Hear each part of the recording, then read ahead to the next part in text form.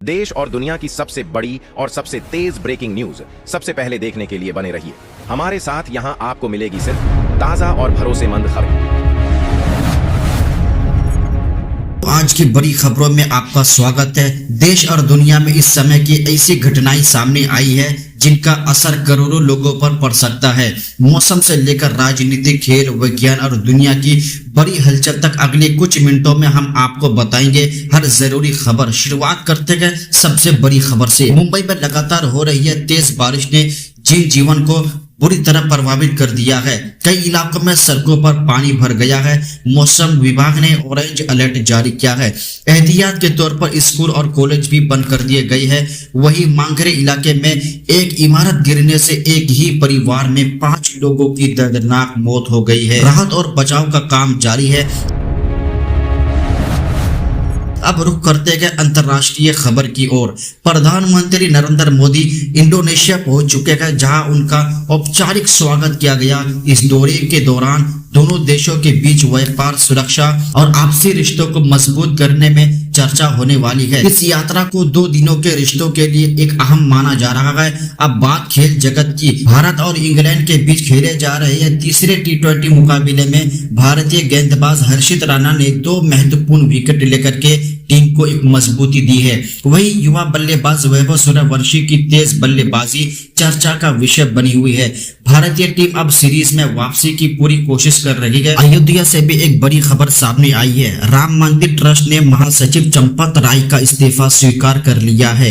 ये फैसला दान में गड़बड़ी के आरोपों के बीच लिया गया है। इस मामले पर आगे कदम उठाए जाएंगे, इस पर सभी की नजर बनी हुई है। सिसली में स्थित माउंट इटना ज्वालामुखी एक बार फिर सरगर्म हो गया है। लगातार हो रही है विस्फोटों के कारण आसपास के इलाकों में उड़ानें रद्द करनी पड़ी है। प्रशासन हालात पर लगातार नजर बनाए हुए है। तकनीक की दुनिया से जुड़ी एक अहम खबर भी सामने आई है। टाटा कंपनी से जुड़े डेटा लीक मामले की भारत सरकार जांच कर रही है। बताया जा रहा है कि इस मामले में एप्पल आईफोन से जुड़ी कुछ जानकारियां भी प्रभावित हुई है। जांच पूरी होने के बाद ये साफ होगी। अब बात E20 पेट्रोल को लेकर चल रही है चर्चा की।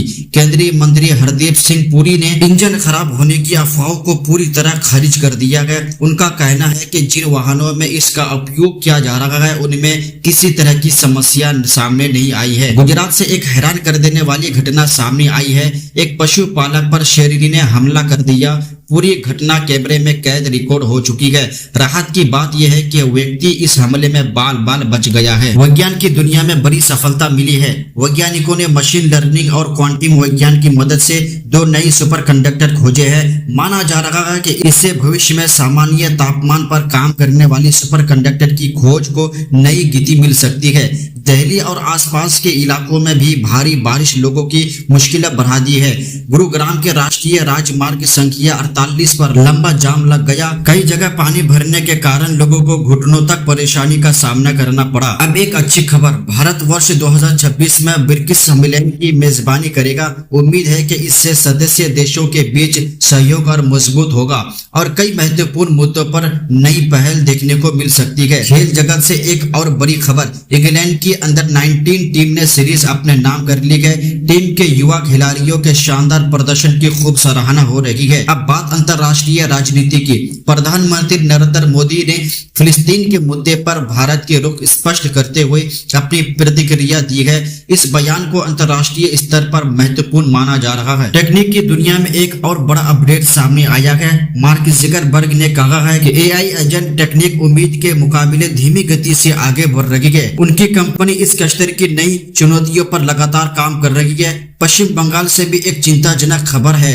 चुनाव के बाद हुई हिंसा में कई लोग घायल हो गए हैं। अलग अलग दलों के कार्यकर्ताओं के बीच झड़प की घटनाएं सामने आई है।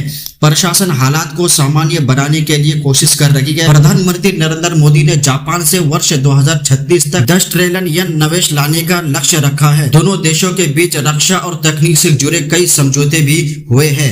इससे आर्थिक सहयोग को नई मजबूत मिलने की उम्मीद है। इंदौर से आई खबर ने लोगों की चिंता क्षमता बढ़ा दी है। पानी में प्रदूषण के कारण मौतों का आंकड़ा बढ़ गया है। जांच में ई कोली बैक्टीरिया मिलने की पुष्टि हुई है। प्रशासन लोगों से सावधानी बरतने की अपील कर रहा है। अब बात इंतरकश की। नासा ने चंद्रमा पर सतही आधार बनाने की योजना को लेकर नया अपडेट दिया है। साथ ही भविष्य में मंगल पर नया रोवर भेजने की संभावना भी जताई गई है। इंतरकश अनुसंधान की कस्तर में ये एक महत्वपूर्ण कदम माना जा रहा है। और आखिर में बात रूस और यूक्रेन युद्ध की। रूस ने कीव पर ड्रोन और मिसाइल से नए हमले किए हैं, जिनमें कई लोगों की हत्याहत होने की खबर है। नेटो शिखर सम्मेलन से पहले इस हमले ने कश्तर में तनाव और बढ़ा दिया है। फिलहाल इस समय की बड़ी खबर इतनी ही है। देश और दुनिया की हर महत्वपूर्ण जानकारी के लिए हमारे साथ जुड़े रहिए और चैनल को सब्सक्राइब नहीं किया है तो चैनल को सब्सक्राइब कर दीजिए। मिलते हैं अगले नेक्स्ट वीडियो में, तब तक के लिए जय हिंद दोस्तों।